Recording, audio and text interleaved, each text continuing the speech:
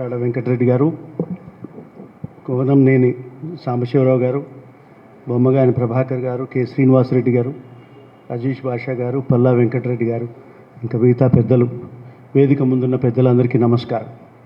ఈరోజు రాజ్యాంగం సంపన్నమైన రోజు, సంపూర్ణమైన రోజు. ఈ కాలం రాజ్యాంగాన్ని రక్షించవలసిన కాలం. ఈ రెండిటికి తగ్గట్టుగా కమ్యూనిస్ట్ పార్టీ ఆఫ్ ఇండియా ఈ సమావేశంలో రాజ్యాంగ పరిరక్షణ దినం అనడం చాలా బాగుంది. మనమంతా రాజ్యాంగాన్ని పరిరక్షించుకోవాల్సిన పరిస్థితుల్లో ఉన్నాము. పరిరక్షించుకోవాల్సిన బాధ్యత మన మీద ఉంది.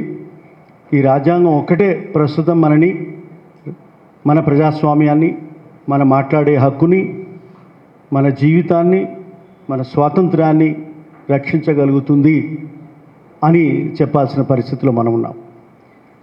ఈ రాజ్యాంగం గురించి మాట్లాడుకోవడానికి ఈరోజు ఇంతమంది ఇక్కడ సమావేశం కావడం చాలా సంతోషం. నిజానికి నవంబర్ 26 రాజ్యాంగ సంవిధాన రచనా సభ ముగింపుకు వచ్చి ఒక్కొక్క అక్షరాన్ని, ఒక్కొక్క పదాన్ని, ఒక్కొక్క వాక్యాన్ని చర్చించి ఆమోదించి చివరికి మనం దాన్ని అడాప్ట్ చేసుకోవాల్సిన నిర్ణయాన్ని కూడా తీసుకుని ఈ రోజున పౌరసత్వ అధికరణాలు, ఓటు హక్కు అధికరణాలు, మరికొన్ని అధికరణాలను అమలు చేసుకుని 26 నవంబర్ 1949 నాడు మనం పౌరులమైనాం. ఈ దేశంలో ఉన్న ప్రజలు పౌరులైనారు. ఈ దేశంలో ఉన్న ప్రజలందరికీ ఓటు హక్కు వచ్చింది ఈ రోజున. ఇక మిగతా గణతంత్రపరమైన అన్ని విధానాలు, అన్ని అధికరణాలు మనకి జనవరి 26, 1950 అంటే ఖచ్చితంగా 2 నెలల తర్వాత వచ్చినాయి. గణతంత్రం ఎప్పుడు ఏర్పడింది? స్వాతంత్రం వచ్చినప్పటికీ మన తంత్రం, మన జనతంత్రం, మన జన గణతంత్రం వచ్చింది జనవరి 26న. కనుక అది రిపబ్లిక్ డే అంటున్నాం. రిపబ్లిక్ అంటే తెలుసు కదా మీకు, రాజులు కాదు, ప్రజాప్రతినిధి పరిపాలించే వ్యవస్థని రిపబ్లిక్ అంటారు. మన ప్రతినిధులు మనకు ప్రభువులై పరిపాలించే రోజు, పరిపాలన మొదలు చేసిన రోజు, అట్లా ఉండాలని మనం అనుకున్న రోజు 26 జనవరి 1950. దానికి ఒక ప్రాతిపదిక ఏర్పడిన రోజు. సైద్ధాంతికమైన చర్చా వేదిక పైన ఆధారపడిన, చర్చించి ఆమోదించిన, సవరించి తిరస్కరించిన పదాలు పోను మిగతా పదాలతో రూపొందిన మనం చూస్తున్న ఈనాటి రాజ్యాంగం, మన ముందున్న రాజ్యాంగం ఈ రోజున సంపూర్ణమైంది. అది ఈ రోజు యొక్క గొప్పతనం. విచిత్రం ఏమిటంటే మనకు చాలా తెలియదు. మీకు తెలుసు, ఈ కౌన్ బనేగా కరోడపతి అనే ఒక కార్యక్రమం తెలుగు రూపం ఒకటి ఉంది, మీలో ఎవరు కోటీశ్వరుడు అని. ఇందులో ప్రవేశించాలంటే కూడా కొంత తెలివితేటలు ప్రదర్శించాలి. అదేదో ఎంట్రన్స్ టెస్ట్ లాగా ఉంటుంది. అది పాస్ అయితే మిమ్మల్ని ఎంట్రీలోకి తీసుకుని మిమ్మల్ని పిలిస్తే మీరు ఆ పోటీలో ఆ ఫిల్మ్ యాక్టర్ ఎవరో ఉంటారు, హీరో ఉంటాడు, ఆ హీరో ఎదురుగా మీరు కంప్యూటర్ ముందు కూర్చుంటారు. అట్లా ఒక హెడ్ మాస్టర్ గారి కూతురు వచ్చింది, అంతదాకా వచ్చింది, తెలివైన అమ్మాయిని దాని అర్థం. వచ్చిన తర్వాత రకరకాల ప్రశ్నలు వేస్తున్నారు. ఆయన కంప్యూటర్ బేస్డ్ క్వశ్చన్స్ అవి, ఆయన సొంత తెలివితేటలు కావు. బాగా మాలాంటి వాళ్ళు, మీలాంటి వాళ్ళు కష్టపడి రాసిస్తే ప్రశ్నలు, ఆప్షన్స్ తయారు చేస్తే ఆయన ముందర ఉంటుంది. ఒక ప్రశ్న ఏంటంటే, బాబాసాహెబ్ అనే బిరుదు ఎవరికి ఉంది అని ప్రశ్న. కింద 4 ఆప్షన్స్: మహాత్మా గాంధీ, జవహర్లాల్ నెహ్రూ, సర్దార్ వల్లభాయ్ పటేల్, అంబేద్కర్. ఆమెకు తెలియదు. ఆమె తెలియకపోతే మనకు లైఫ్ లైన్ ఉంటుందో లేదో తెలియదు, కానీ అక్కడ ఆటేవాళ్ళకి లైఫ్ లైన్ అని ఒకటి ఉంటుంది. ఆ లైఫ్ లైన్లో ఒకటి ఏమిటంటే పీపుల్స్ ఒపీనియన్. ఆమె వాడుకుంది. పీపుల్స్ ఒపీనియన్ చేస్తే 30% నెహ్రూకి వచ్చింది, ఇంకో 35% గాంధీకి వచ్చింది, ఇంకో 20% ఇంకెవరికి వచ్చింది, పాపం ఇంకో 25% మన అంబేద్కర్కి వచ్చింది. ఇప్పుడు అవి ఏం చేయాలి? ఒక లైఫ్ లైన్ అయిపోయింది, ఇంకో లైఫ్ లైన్ ఏం చేయాలి తెలియదు. అంటే మనం ఏ స్థాయిలో ఉన్నాం, మనం ఎక్కడున్నాం, మన చదువులు ఎక్కడున్నాయి, మనం ఎక్కడున్నాం. కనీసం వాడు డబ్బులు ఇస్తారంటే మనం పోయే పోటీలో కూడా మనం సరిగ్గా జవాబు చెప్పలేని పరిస్థితిలో మనం ఉంటే, బాబాసాహెబ్ అనే బిరుదు అంబేద్కర్ ఉందని తెలియకపోతే, కనీసం పేర్లు తెలియకపోతే, చెగువేరా పేరు మీద రకరకాల టీషర్ట్లు వస్తున్నాయి మార్కెట్లోకి, మన వార్డ్రోబ్లో కూడా ఒక 3-4 ఉంటాయి, కానీ చెగువేరా ఎవరో తెలియదు. ఇది విచిత్రమైన పరిస్థితిలో ఉన్నాం మనం. ఒక అజ్ఞానం అనేది భయంకరంగా చీకటిలాగా వ్యాపించి ఉన్నది. మనం ఎట్లా మనకి బిఆర్ అంబేద్కరే తెలియకపోతే, ఆయన బాబాసాహెబ్ అని తెలియకపోతే, ఆయన రాజ్యాంగ నిర్మాతల్లో ఒక ప్రముఖమైన వ్యక్తి అని మనకు అర్థం కాకపోతే, ఆయన రాసిన రాజ్యాంగంలో ఏముందో మనం చూడకపోతే, తెలుసుకోకపోతే ఎట్లా? ఇది మన ముందున్న సమస్య. నేను సరదాగా అంటుంటాను ఒక మాట, మనకు అన్ని విగ్రహాలు పెడతారు కదా, వీధి మూలల్లో విగ్రహాలు పెడితే రెండు విగ్రహాలు మనకు దారి చూపుతాయి. ఒకటి అంబేద్కర్ ఇటు బొమ్మని చెప్తుంటాడు, ఇటు బొమ్మని చెప్తూ ఉంటాడు. ఇంకొకటి మన ఎన్టీ రామారావు, ఆయన ఇట్లా చూపిస్తుంటాడు, ఒక దారి ఆయన చూపిస్తుంటాడు, ఒక దారి ఈయన చూపిస్తూ ఉంటాడు. ఆయన చేతిలో ఒక పుస్తకం ఉంటుంది, అంబేద్కర్ చేతిలో. ఆ పుస్తకం ఏంటో దాని మీద రాస్తే తప్ప మనకు అర్థం కాదు, రాజ్యాంగం అని రాస్తే తప్ప అర్థం కాదు. ఎట్లా మనం ఈ విధంగా మన దేశం ఉంటే మనం రాజ్యాంగ మౌలిక లక్ష్యాలని తెలుసుకోవడం ఏ విధంగా, పాటించడం ఏ విధంగా, మనల్ని మనం రక్షించుకోవడం ఏ విధంగా అనే ప్రశ్న చాలా తీవ్రమైన ప్రశ్న, మన ముందున్న ప్రశ్న. సరే, ఇంకొక మాట నేను చెప్పదలుచుకున్నా. ఇదివరకు ఈ కాన్స్టిట్యూషన్ డే నవంబర్ 26 అనేది చాలా ఎవరు పెద్ద పట్టించుకున్న రోజు కాదు. లా డే అంటారు, LAWDAY, మా లాయర్ గారికి తెలుసు. లా డే ఎవరికి పట్టింది? లా డే ఫర్గెట్. కాన్స్టిట్యూషన్ డే అంటే ఏమిటండి? ఏం కాన్స్టిట్యూషన్ డే? ఎవరికి పట్టదు. మేము ఏదో లా కాలేజీలో మేము ఒక చిన్న మీటింగ్ పెట్టుకొని మా పిల్లలకి ఇవాళ కాన్స్టిట్యూషన్ అని మేము చెప్తూ ఉండేవాళ్ళం. బార్ అసోసియేషన్ వాళ్ళు అప్పుడప్పుడు వాళ్ళ గుర్తుంటే, తీరిక ఉంటే, కోర్టులో కేసులు కనుక ఎక్కువ లేకపోతే ఆ రోజు వాళ్ళు కూడా మీటింగ్ పెట్టుకొని నడిపించుకునేవారు. కానీ ఈ మధ్య రాజ్యాంగం చాలా గొప్పగా ప్రజల నోళ్లల్లోకి వచ్చింది, ఆలోచనలోకి వచ్చింది. ఎందుకు వచ్చింది? ఇది మనం గమనించాల్సిన ప్రశ్న. ఎందుకు వచ్చిందంటే, వి ది పీపుల్ ఆఫ్ ఇండియా, మనము ఈ దేశ ప్రజలం, భారతదేశ ప్రజలం, మనం రాసుకున్న రాజ్యాంగం అని అన్నాం. మనం అక్కడ వి ది సిటిజన్స్ ఆఫ్ ఇండియా అని అనలే, వి ది పీపుల్ ఆఫ్ ఇండియా అన్నాం. చాలా తేడా ఉంది పీపుల్కి, సిటిజన్కి. పర్సన్స్ అండ్ సిటిజన్స్ రాజ్యాంగంలో రెండు మాటలు ఉపయోగిస్తారు, చాలా ప్రధానమైన మాటలు ఇవి. మనకి జీవించే హక్కు వచ్చినప్పుడు no person shall be deprived of అని వస్తుంది, నో పర్సన్, PERSON, వ్యక్తి అని వస్తుంది. అదే మాట్లాడే హక్కు విషయం మాట్లాడినప్పుడు all citizens shall have freedom of speech and expression. అంటే ఏంటండి మరి సిటిజన్స్కి పర్సన్స్కి తేడా ఏమిటంటే అంత తేడా ఉంది. A non citizen doesn't have freedom of speech and expression. చాలా ఇంపార్టెంట్ పాయింట్ అది. పర్సన్కి జీవించే హక్కు ఉంది, ప్రతి వ్యక్తికి జీవించే హక్కు ఉంది, కానీ ప్రతి వ్యక్తికి మాట్లాడే హక్కు లేదు భారతదేశంలో. కేవలం పౌరులకు మాత్రమే మాట్లాడే హక్కు ఉంది. ఎంత పరిమితి అండి! ఈ ఒక్క మాట వల్ల ఎన్ని పరిమితులు వచ్చినాయి ఒక వ్యక్తి మీద. మరి నేను పౌరుణ్ణే కాదంటే నా పరిస్థితి ఏంటి? నేను మనిషినైతే నాకు జీవించే హక్కు, నేను పౌరుణ్ణి అయితే మాట్లాడే హక్కు. పౌరుణ్ణే కాకపోతే రాజ్యాంగంలో ఉన్న ఏ హక్కు కూడా పనికిరాదు. చివరికి సమాచార హక్కు చట్టం కూడా every citizen shall have right to information అంటుంది. అంటే నేను సిటిజన్ కాకపోతే నాకు సమాచార హక్కు కూడా లేదు. ఇంత ఆశ్చర్యకరమైన విషయం ఇది. అయితే మరి సిటిజన్ ఎవరవుతారు? ఈ దేశంలో పుట్టిన ప్రతివాడు సిటిజన్ కావాలి. అది ఒక విశ్వజనీనమైన సూత్రం. ఏ దేశంలో పుట్టినవాడు ఆ దేశం పౌరుడు కావాలి, అవి తీరాలి. లేకపోతే ఎక్కడికి పోతాడు వాడు? ఎక్కడ పౌరుడు కావాలి? మన వాళ్ళు ఇద్దరు అమెరికాకు వెళ్ళారు, అక్కడ ఒక పాప పుట్టింది. ఆ పాప అమెరికన్ పౌరసత్వం సంపాదిస్తుంది, సహజంగా వస్తుంది అది. ఇక్కడికి వచ్చేసరికి చాలా రకాల విచిత్రమైన నియమాలు ఉన్నాయి, విచిత్రమైన నియమాలు. మీరు ఆశ్చర్యపోతారు అవేం నియమాలంటే. అదొక పెద్ద శాస్త్రం, చదువుకోవాలి. పెద్ద కాంప్లెక్స్ లా, సిటిజన్షిప్ లా అనేది. ఆర్టికల్ 5 నుంచి 9 వరకు దాని గురించి ఉంటాయి, 11 వరకు ఉంటాయి. వాటిని సవరించారు. వాటికి సంబంధించి ఒక చట్టం చేశారు, సిటిజన్షిప్ యాక్ట్ అని 1952లో. ఆ చట్టాన్ని సవరించారు 2019లో. CAA అంటారు. CAA అనేది రాజ్యాంగ నియమాలకు భిన్నంగా సవరించి మతం ఆధారంగా పౌరసత్వాన్ని నిర్ణయించే ఒకానొక లక్షణాన్ని ప్రవేశపెట్టారు గనక అది రాజ్యాంగ వ్యతిరేకమైన సవరణ అంటూ నినాదాలు, నిరసనలు, ఉద్యమాలు, ఆందోళనలు జరిగినాయి, ధర్నాలు జరిగినాయి కదా. అప్పుడు ఇది దేనికి భిన్నమైందో చెప్పడం కోసం ఈ CAA అనే చట్టం ఏ రాజ్యాంగ నియమానికి భంగకరంగా ఉందో చెప్పడం కోసం రాజ్యాంగ నియమాల గురించి మాట్లాడాల్సిన అవసరం వచ్చింది.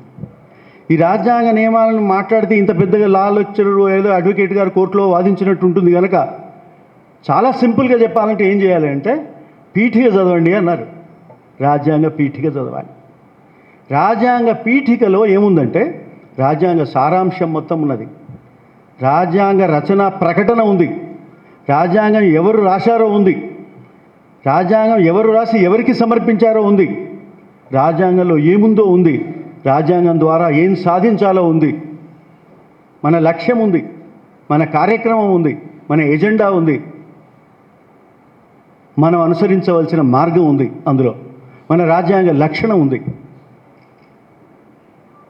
అది ప్రియాంబుల్.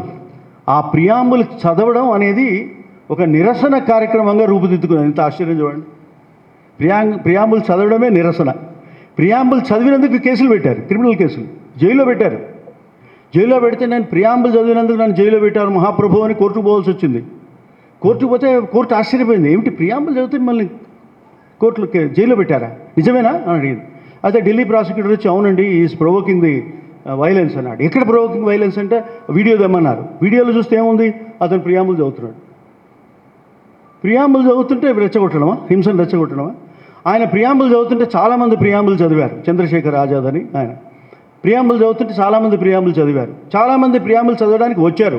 అంటే ఏమిటి, మీరు ఎంతోమందిని గుమికూడేట్టు చేయడానికి మీరు ప్రసంగాన్ని, మీ వాక్ స్వాతంత్రాన్ని మీరు వాడుకున్నారు, అది హింసకు దారితీస్తుంది అని ఆరోపణ. అక్కడెక్కడ హింస లేదు, జరగలేదు. అయితే హింస జరిగిందా లేదా అని ఎవరు చెప్పాలి? కోర్టులో రుజువు చేయాలి. కోర్టులో రుజువు చేయాలంటే ఏం చేయాలి? మీరు కేసు పెట్టాలి. కేసు పెడితే ఏం చేస్తారు? అరెస్ట్ చేస్తారు. ఇది ఎక్కడ అన్యాయం అండి? ప్రియాంబుల్ చదవడం ఆందోళన, ప్రియాంబుల్ చదివితే నేరం, ప్రియాంబుల్ చదివినందుకు జైల్లో పెడతారు, ప్రియాంబుల్ చదివినందువల్ల హింస ప్రచురలేదని నేను నిరూపించాలి. ఇది పరిస్థితి 2019, 2020లో మన దేశ పరిస్థితి. కోర్టుకు పోయింది వ్యవహారం. ఢిల్లీ జడ్జి, ఆ రోజు ఢిల్లీ మెజిస్ట్రేట్, మన అదృష్టవశాత్తు రాజ్యాంగం పట్ల అవగాహన ఉన్న మెజిస్ట్రేట్, రాజ్యాంగం తెలిసిన మెజిస్ట్రేట్, ఇది ఎక్కడి అన్యాయం అని అడిగింది ఆమె, లేడీ మెజిస్ట్రేట్. అడిగి రాజ్యాంగ పీఠికని బహిరంగంగా చదవడం నేరం కాదు అని ప్రకటించాల్సి వచ్చింది. ప్రకటించింది మన అదృష్టం కొద్ది. చూడండి, రాజ్యాంగం పీఠిక రాసినందుకు మనం బాబాసాహెబ్ అంబేద్కర్ని ఇంకా ఇతర రాజ్యాంగ రచనా ప్రముఖులను గుర్తుపెట్టుకోవాలా? రాజ్యాంగం చదివినందుకు నిరసనలో భాగం అని భావించాలా? లేదా రాజ్యాంగం చదివి జైలుకు పోవాలా? రాజ్యాంగ పీఠిక పఠించడం నేరం కాదని కోర్టు తీర్పులు కోరుకోవాలా? ఏమిటి, ఏ పరిస్థితి మనది? ఇది ఎక్కడున్నాం మనం? ఎక్కడి నుంచి ఎక్కడికి పోతున్నాం? రాజ్యాంగం చదివితే నేరమని ప్రభుత్వం నిర్ణయించే ధోరణిలో ప్రభుత్వం ఉంటే, బాబాసాహెబ్ అంటే ఎవరో తెలియని ధోరణిలో ప్రజలు ఉన్నారు. ఎంత అన్యాయం ఇది! ఇక్కడ రాజ్యాంగం అంటే ఏమిటో తెలియని అమాయకత్వం, అక్కడ రాజ్యాంగం చదివితే కూడా జైల్లో పెట్టే అణచివేత విధానం. ఒకవైపు అణచివేత, మరొకవైపు అజ్ఞానం. ఎక్కడ కుదురుతుంది పొంతన? మనం ఎక్కడికి వెళతాం? మనం ఎట్లా రక్షించుకుంటాం ఈ దేశాన్ని, ఈ ప్రజాస్వామ్యాన్ని, ఈ రాజ్యాంగాన్ని ఎట్లా రక్షించుకుంటాం? ఇంతకుముందు వెంకటరెడ్డి గారు చెప్పినారు, మన మాజీ ఎమ్మెల్యే, కొత్తగూడెం మాజీ ఎమ్మెల్యే గారు కూడా చెప్పారు. ఏమని? రాజ్యాంగం అమలు చేయండిరా బాబు అంటే రాజద్రోహం నేరం పెట్టే రోజులు. నేను దేశద్రోహం అంటే నేను ఒప్పుకోను, సెడిషన్ది. రాజద్రోహం అంటే ఒప్పుకుంటాను. రాజద్రోహం కాదది, రాజద్రోహమే అది. కావచ్చు కాకపోవచ్చు, రాజద్రోహం కూడా అనలేము. దేశద్రోహం అయితే ఎట్టి పరిస్థితుల్లో కాదు. ఎందుకు కాదంటే ఈ దేశానికి అవసరమైంది రాజ్యాంగ పాలన, రాజ్యాంగానికి అవసరమైంది రక్షణ. ఇది మనకు కావాల్సింది. దీన్ని అడిగితే ఎందుకు నేరం అవుతుంది, ఎప్పుడు నేరం అవుతుంది? ఎప్పుడు నేరం కాదు. రాజద్రోహం ఎట్లా అవుతుంది, దేశద్రోహం ఎట్లా అవుతుంది? కాదు. ప్రభుత్వానికి వ్యతిరేకంగా మాట్లాడడం ప్రభుత్వ ద్రోహం కూడా కాదు. సో మీకు 3 రకాల అంశాలు ఉంటాయి ద్రోహం కేసులలో. ప్రభుత్వ ద్రోహమా, ప్రభుత్వ విమర్శ, దేశద్రోహమా, దేశ రక్షణ, రాజద్రోహమా, రాజులను విమర్శించడమా? ఏది? మీరు కనుక 120A చదివితే ఎక్కడ మీకు కనిపించదు రాజద్రోహం అనే మాట, దేశద్రోహం అనే మాట ఎక్కడ మీకు కనిపించదు. ఏది దేన్ని అనాలనో చాలా స్పష్టంగా అందులో లేదు. ఏదైతే మాటల ద్వారా మీరు దేశ భద్రతకి భంగం కలిగించే విధంగా వ్యవహరిస్తే అప్పుడు అది రాజద్రోహం అయ్యే అవకాశం ఉంది. కానీ మీ భద్రతకు భంగం కలిగించడం అంటే ఏంటి? Law and order is different from national security. Public order is different from law and order. Law and order చిన్న విషయం, ఏదో వీధిలో గొడవ జరగడం లా అండ్ ఆర్డర్ సమస్య. పబ్లిక్ ఆర్డర్ అంటే ఒక సామాజిక అశాంతి, సామాజిక శాంతిని భంగం చేయడం. దేశ భద్రత అంటే దేశ సమైక్యతను సమగ్రతను రక్షించే పని. ఈ మూడింటిని ఒకే రకంగా ఆలోచిస్తున్నారు ఇప్పుడు. Land order issue is being exaggerated as national security issue. ఇది ధోరణం ఇక్కడ జరిగేది. ఇది మిస్ఇంటర్ప్రిటేషన్ జరుగుతున్నది. మిస్ఇంటర్ప్రిటేషన్ అంటే మనం అన్వయించడం. ఒక పదానికి అర్థం ఏమిటి అని మనం ఆలోచించాలి. ఆ పదానికి అర్థం వాళ్ళు ఇష్టం వచ్చినట్టు వాళ్ళు చెప్పడానికి లేదు, అధికారంలో ఉన్నవాళ్ళు. దానికి ఏ అర్థం ఉందో ఆ అర్థం మాత్రమే తీసుకోవాలి అని చెప్పడానికి కోర్టులు. కానీ కోర్టులకి మీ కేసులు వినేంత తీరిక లేదు. కేసు పెట్టడం అంటే ఏమిటి? కేసు పెట్టడం అంటే కోర్టుకు పోవడం. కోర్టు పోవడం అంటే ఏంటి? ఎప్పుడు బయటకు వస్తారో తెలియదు, ఎన్నాళ్ళు కోర్టులో ఉంటారో తెలియదు. ఇది దారుణం. వాడెవడో ఒక ఆవు పారిపోతున్నదట. ఒక పారిపోతే నువ్వు ఎందుకు పారిపోతున్నావు అన్నట్టు. అంటే ఈ దేశంలో నక్కలన్నింటినీ బంధించాలని ఒక చట్టం తీశారు. నక్కలను పెట్టుకొని జూలో పెట్టేస్తున్నారు, పంజరాల్లో పెట్టేస్తున్నారట. అంటే మరి నువ్వు నక్క కాదు కదా, ఆవు కదా, ఎందుకు పారిపోతున్నావు అంటే, నేను ఆవునని నాకు తెలుసు, కానీ నేను నక్కను కాదు అని నేను ఎట్లా రుజువు చేసుకున్నాను అనిందట. అది ఈ రుజువు చేసుకునేలోగా నాకు 20 ఏళ్ళు పడుతుంది, అందుకే నేను కూడా పారిపోతాను, ఎందుకైనా మంచిదని పారిపోతున్నా అని చెప్పిందట. అంటే మన న్యాయ వ్యవస్థ అంత ఆలస్యంగా ఉంది అని అర్థం అక్కడ ఒకవైపు. అంటే నేను సిటిజన్ అని నిరూపించుకునేది ఎట్లా? మా నాన్న సిటిజన్ అని నేను నిరూపించాలి. మా నాన్నగారు ఇప్పుడు లేరు. మా నాన్నగారు సిటిజన్ అని నేను ఎట్లా నిరూపించుకోవాలి అంటే, ఆయన పుట్టిన తేదీ నిరూపించాలి. ఆయన పుట్టిన తేదీ నిరూపించితే సరిపోదు, పుట్టిన చోటు కూడా నిరూపించాలి. నేను పుట్టిన చోటు, పుట్టిన తేదీ నిరూపించడానికి 90 ఏళ్ళు, 92 ఏళ్ళు, 95 ఏళ్ల క్రితం పుట్టిన మా నాన్నగారి, ఇప్పుడు జీవించలేని మా నాన్నగారి పుట్టిన తేదీని, పుట్టిన చోటుని నేను రుజువు చేయడం నాకు సాధ్యమా ఇవాళ? ఒక ఆవు నేను నక్కను కాదని రుజువు చేయడం సాధ్యమా ఇవాళ? కాదు. ఎక్కడ రుజువు చేయాలి తెలియదు. ఏ రుజువులు చూపిస్తే నువ్వు ఒప్పుకుంటావు తెలియదు. చెప్పరు, తెలియదు కాదు, చెప్పరు. ఇంతవరకు రూల్స్ లేవు. ఇంతవరకు ఈ ఎవిడెన్స్ నేను ఆధార్ కార్డు చూపిస్తే ఒప్పుకుంటాను, ఓటర్ కార్డు చూస్తే ఒప్పుకుంటానని చెప్పట్లేదు. How do I prove that I'm citizen of India? If I don't prove that I'm citizen of India, I'm not person in India. నాకు ఈ దేశంలో ఉండే అధికారమే లేదు. ఈ దేశంలో ఉండే అధికారమే లేనప్పుడు ఈ రాజ్యాంగం నాకు ఎందుకు పనికి వస్తుంది? అంటే ఏంటి? ఒక చిన్న సవరణ ద్వారా ఈ రాజ్యాంగంలో ఉన్న అన్ని హక్కులు నాకు అమలు కాకుండా చూసే ఒక ప్రయత్నం జరిగింది. ఈ సవరణ కరెక్ట్ అని వాదించే వాళ్ళు ఉంటారు, చాలా భక్తితో దీన్ని పూజించే వాళ్ళు కూడా ఉంటారు. కానీ దీంట్లో ఉన్న అన్యాయం, ఘోరం, రాజ్యాంగ వ్యతిరేక వ్యవహారాలు రుజువు చేసుకోవడంలో ఉండే కష్టాలు చెప్పడం చాలా కష్టం. తర్వాత హిందువులకా ముస్లింలకా అని కూడా నేను చెప్పట్లేదు. అస్సాంలో ఒక చేసినారు, 19 లక్షల మంది పౌరులు గారిని తేల్చారు. ఎంతమంది అండి? 19 లక్షలు. ఏమైనా అర్థం ఉందా అండి? 19 lakh people. How do they prove they are citizens of this country? అదే ప్రపోర్షనేట్ మొత్తం భారతదేశం అంతా మీరు నేషనల్ రిజిస్ట్రేషన్ ఆఫ్ సిటిజన్షిప్ కనుక తీసుకోవడం మొదలు పెడితే, ఎన్ఆర్సీ మొదలు పెడితే ఎన్ని కోట్ల మంది పౌరులు కారని మీరు తేలుస్తారు. ఆ కోట్ల మంది ఎక్కడికి వెళ్ళాలి? ఎక్కడ రుజువు చేసుకోవాలి పౌరులని? ఏ కోర్టు రుజువు చేస్తుంది? అందాక నువ్వు డిటెన్షన్ సెంటర్లో ఉంటావు. డిటెన్షన్ సెంటర్ అంటే ఏంటి? హాస్టల్ కాదు, డిటెన్షన్ సెంటర్ అంటే జైలు. ఏ నేరం చేసినందుకు మనం జైలు పోతున్నాం? రాజద్రోహం నేరం కింద ఏదో ఒక ఛార్జ్ పెడుతున్నావు, నేను రుజువు చేసుకుంటే బయటికి రాగలుగుతా. కానీ నా డిటెన్షన్ సెంటర్లో నువ్వు పౌరుడు కావని నన్ను జైల్లో పెడితే నేను ఎక్కడికి పోవాలా? ఎన్నాళ్ళు ఆ డిటెన్షన్ సెంటర్లో ఉండాలి నేను? పోనీ అక్కడి నుంచి నేను ఎక్కడికి వెళ్ళాలి? డిటెన్షన్ సెంటర్లో ఎందుకు పెడుతున్నారు అంటే దానికి జవాబు ఏంటి తెలుసా? మీ దేశం ఏదో, ఆ దేశం మిమ్మల్ని ఆ దేశానికి తీసుకుపోయేదాకా ఈ దేశంలోని డిటెన్షన్ సెంటర్లో ఉండాలట. మరి నా దేశం ఏదో నాకు తెలియదు, నువ్వన్నా చెప్పు. వాడు చెప్పడు. నా దేశం ఏదో వాడికి తెలియదు, నా దేశం ఇదంటే నమ్మడు.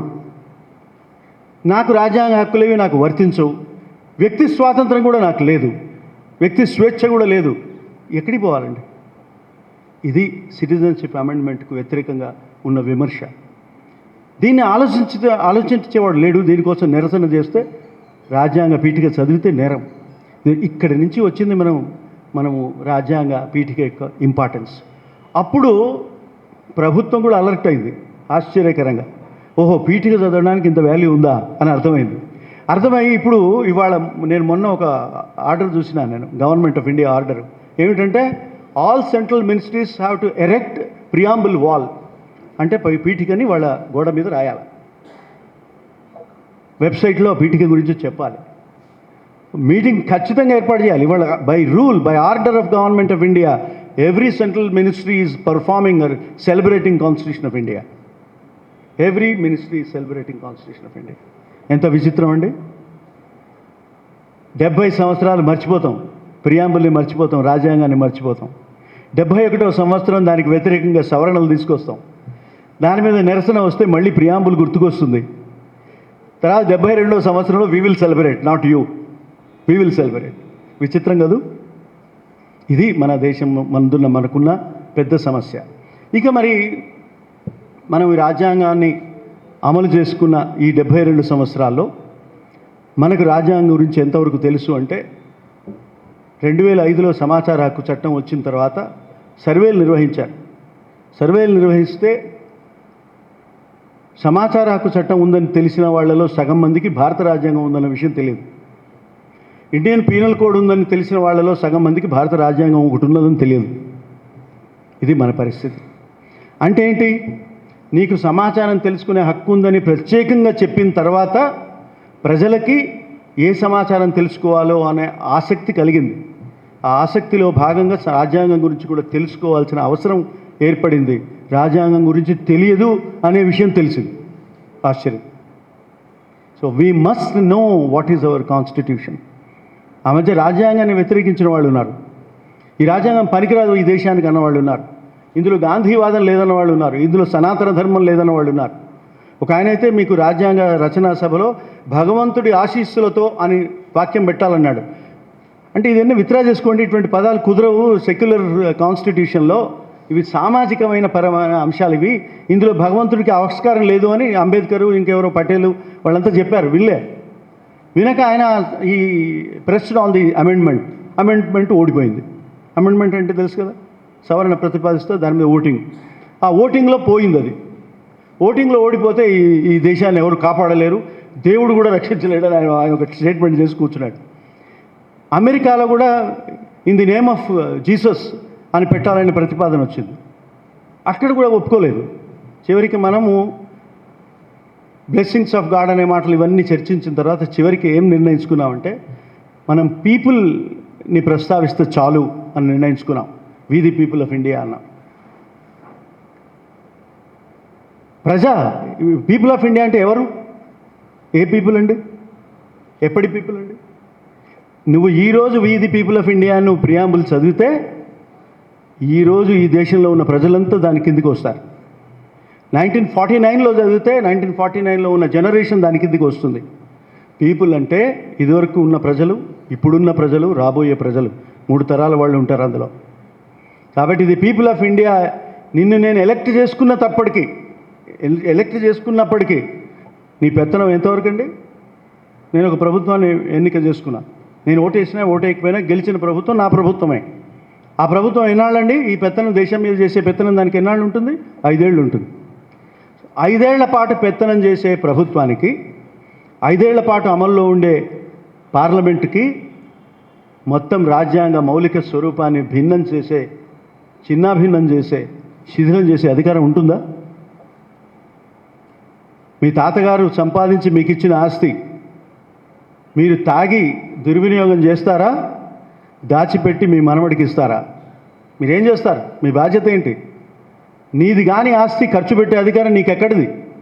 నువ్వు సంపాదించింది నువ్వు ఖర్చు పెట్టుకో కావాలంటే, అది కూడా బాధ్యతగా చెయ్యి. ఇది ధర్మం. దీన్ని ఇంటర్ జనరేషనల్ ఈక్విటీ అంటారు, ఇంటర్ జనరేషనల్ ఆబ్లిగేషన్ అంటారు. తరాల అంతరాలతో కూడిన బాధ్యత.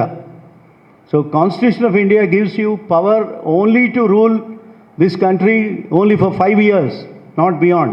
And within 5 years you have to follow the constitution, you have to understand the constitution, you have to implement the constitution.